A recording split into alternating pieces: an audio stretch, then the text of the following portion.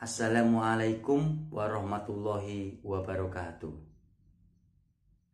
Buat sedulur Kungmania dan pelestari perkutut Indonesia dimanapun berada, salam rahayu. Selamat berjumpa kembali dengan saya di Hur Ketekung Channel. Kali ini saya akan menyampaikan pengalaman pribadi tentang bagaimana mensikapi kutut ombyoan yang kita beli beberapa hari kemudian tewas karena mogok makan atau tidak mau makan. Sedulur semua, saya ingatkan jangan lupa support channel ini, Hur Ketekung Channel, dengan klik tombol like, subscribe, dan share. Ingat, klik tombol like, subscribe, dan share itu adalah gratis. Mungkin ada beberapa sedulur yang pernah mengalami hal seperti itu.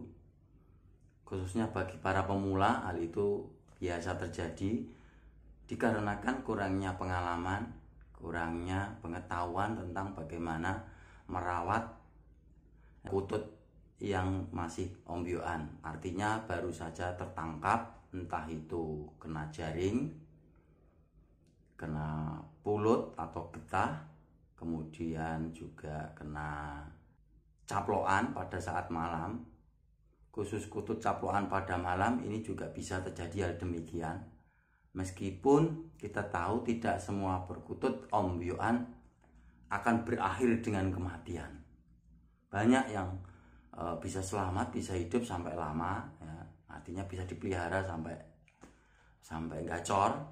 Tapi ada juga yang baru beli dari ombyoan, dari pikatan, dari caplokan, dari pulutan, karena kurangnya penanganan yang intensif, maka entah 2 hari atau 3 hari kemudian perkutut ombyoan tadi yang kita pilih dengan susah payah, dengan makan waktu, tenaga, pikiran, dengan kecermatan yang luar biasa, ternyata apa yang kita pilih, yang kita idam-idamkan nanti mungkin menjadi idola atau idaman kutut ombyoan tadi, ternyata berakhir dengan mengenaskan, yaitu kutut ombyoan tadi mati karena mogok makan, tidak mau makan. Nah, ini akan saya sampaikan 7 solusi jitu agar perkutut ombyoan tidak gampang mati dan bisa selamat. Yang pertama adalah diloloh. Jadi perkutut ombyoan yang kita beli sampai di rumah, kita beri sangkar, kemudian kita biasanya langsung diberi makan. Tapi ternyata setelah 1 hari 2 hari kita amati, ternyata tidak mau makan. Nah, sebelum peristiwa tragis terjadi, lebih baik perkutut tadi kita loloh. Cara meloloh kutut ombyoan dari pikatan, jaringan, atau caplokan itu tidak seperti meloloh piye, bukan. Meskipun istilahnya sama meloloh, tapi meloloh di sini adalah kita membantu perkutut ombyoan tadi supaya bisa makan. Maka ya agak dengan sedikit terpaksa ya, paruhnya kita buka, kemudian kita masukkan 2 atau 3 butir millet. Kemudian setelah ditelan, kita masukkan lagi. Demikian berulang-ulang sampai dirasakan cukup lah. Ada di temboloknya ada makanan, ada millet yang kita lolohkan tadi. Pada awal meloloh pasti perkutut tadi tidak mau membuka paruhnya. Hal itu wajar, tapi dengan penuh kelembutan kita buka sedikit-sedikit paruhnya. Jangan langsung dipaksa, karena kalau dipaksa kan justru nanti akan menambahkan perkutut tadi trauma atau shock. Sudah kaget karena dijebak atau dijaring atau dipikat dengan berbagai macam cara, sudah kaget dia. Nah, ini cara meloloh yang salah, dengan kasar atau dengan paksa-paksa itu bisa menambahkan ketakutan. Dia semakin mogok makan terus gitu, makin lama mogoknya makan. Toh akhirnya nanti akan menyulitkan kita sendiri. Maka dengan penuh kelembutan kita elus-elus kepalanya, kemudian kita buka paruhnya, kemudian kita masukkan beberapa butir millet. Gak usah banyak-banyak, langkah awal ya 3 atau 4 butir, nanti dia telan, nanti dia akan menelan sendiri. Dan ini sudah pernah saya praktekkan, berhasil. Makanya saya share pengalaman saya ini, pengalaman pribadi saya ini agar bisa menjadi pembelajaran, menambah pengalaman sedulur semua yang khususnya masih pemula. Yes.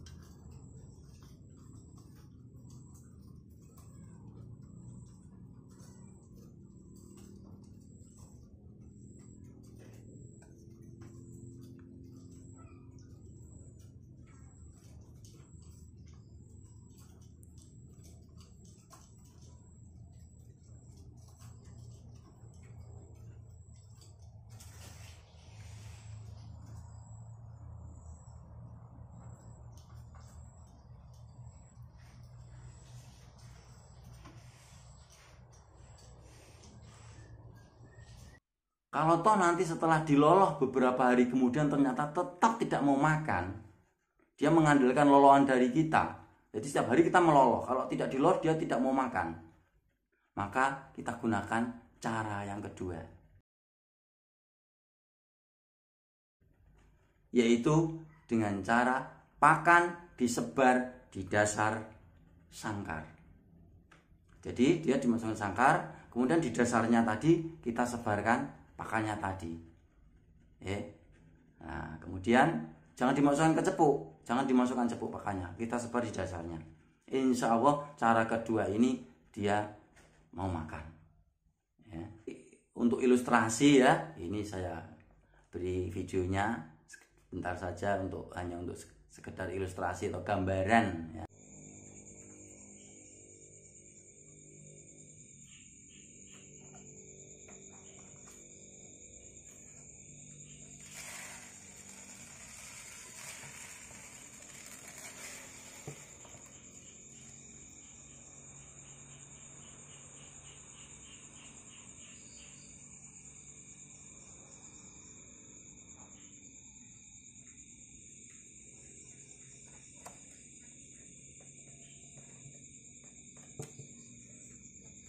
Yang ketiga, seandainya pakan disebar di dasar sangkar ternyata dia tetap tidak mau makan.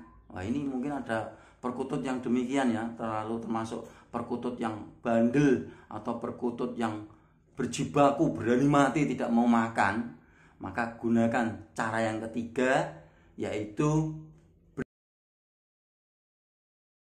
beri pakan alami, tidak yang dari toko. Artinya jangan gunakan millet. Sementara kita cari mungkin biji-biji rumput liar, kemudian jawut, kemudian biji rumput meniran, ya. Rumput meniran itu kan ada bijinya, mungkin rumput teki atau apa, itu rumput-rumput lah, biji-biji rumput liar lah. Kan biasanya perkutut suka makan itu di alam liarnya. Nah, itu kita gunakan. Nah, mungkin kita agak kesulitan mencari biji rumputnya, tapi insya Allah ada di sekitar kita ada. Cara yang keempat, wadah pakan kita gunakan bahan dari kayu. Sementara jangan menggunakan cepuk atau wadah pakan dari toko yang terbuat dari mika, yang tutupnya berwarna-warni merah, biru, kuning itu. Sementara kita gunakan tempat pakan dari kayu yang alami, seperti yang biasa digunakan untuk wadah pakan burung lobet. Seperti ini sedulur. Ini wadah pakan dari kayu ya, yang biasa digunakan untuk wadah pakan lobet. Ini gunakan untuk wadah pakan perkutut ombyoan. Yang kita beli. Nah, cuma nanti untuk kawat-kawat ini kita ambil. Kenapa? Supaya perkutut tadi bisa makan sambil eker-eker. Ini untuk menumbuhkan rasa optimis, dan secara psikologi Ini menambah rasa percaya diri perkutut tadi sehingga dia tidak mogok makan. Jadi agak lebar begini, kemudian diberi pakannya. Nah, ini kawat-kawatnya itu kita ambil saja. Biar nanti kututnya bermain-main di sini sambil makan sambil eker-eker. Ya, istilahnya sambil eker-eker seperti itu, sedulur. Cara yang kelima, kalau toh seandainya tidak ada wadah pakan dari kayu, kita terpaksa menggunakan wadah pakan, cepuk pakan ini dari toko yang terbuat dari mika, maka usahakan ini kita ambil yang berwarna merah, kuning, biru kita ambil. Kita gunakan seperti ini. Insya Allah perkutut tadi mau makan. Kenapa? Karena dia tidak mau makan karena ini benda asing. Dia akan merasa ini sensitif. Dia tidak mau mendekat karena ini asing. Mungkin merah, kuning, apalagi yang menyala merah, dia khawatir atau ada rasa ketakutan. Jadi maka dia akan menghindar dari tempat makan. Akhirnya efeknya dia tidak mau makan. Maka ini kita ambil, insya Allah dia mau makan dan minum di tempat cepuk yang tidak ada tutupnya tadi. Cara yang keenam adalah dikoloni dengan perkutut lain yang sudah mapan. Seperti saya sudah mempunyai 2 atau 3 ekor perkutut yang istilahnya tidak istimewa, biasa-biasa saja. Fungsinya hanya untuk mengoloni seandainya suatu ketika saya mendapat kutut ombyokan, entah itu pikatan, jaringan, caplokan, pulutan. Saya sudah punya perkutut 2 ekor untuk koloni. Tujuan mengkoloni adalah agar kutut ombyokan yang kita dapat, misalnya 1 ekor atau 2 ekor ini mau makan, maka dia dijadikan satu dengan perkutut lain yang sudah mapan, yang sudah mau makan. Supaya apa? Supaya perkutut yang sudah mau makan tadi bisa memberi contoh, marahi atau memberi sugesti kepada perkutut ombyokan yang baru saja kita dapat supaya bisa segera mau makan. Kutut koloni tidak terlalu banyak, cukup 2 ekor atau 3 ekor. Mungkin sudah kita rawat mungkin 3 bulan, 5 bulan, yang penting sudah nanti bisa memberi contoh makanannya saja. Tidak perlu banyak-banyak ya. Tapi seandainya dulu semua punya banyak ya nggak masalah, malah lebih bagus. Nanti mungkin punya 5 ekor sambil menyeleksi kan tentunya. Misalnya perkutut ombyokan ada 5 ekor, ditambah 1 atau 2 yang sudah mapan, usia mapan yang sudah makan. Maka nanti semakin cepat proses adaptasi perkutut ombyokan tadi mau makan. Insya Allah demikian. Cara yang ketujuh adalah seandainya kutut ombyokan tadi kita masukkan ke dalam sangkar, maka usahakan di tempat yang tersendiri. Artinya tidak bercampur dengan perkutut yang lain, biar dia menenangkan diri ya, supaya dia tidak stres. Maka dia disendirikan. Kalau perlu dikerodong sebagian, jangan dikerodong semua, tapi dikerodong sebagian sehingga dia tenang, kemudian fokus ke makan ya, fokus dia mau makan. Ini target kita. Karena apa? Karena perkutut ombyokan itu prioritas kita adalah dia mau makan, hidup dulu. Soal treatment, mau dijamoni, mau dimandikan, mau digantang, mau dijemur, tuh nanti dulu.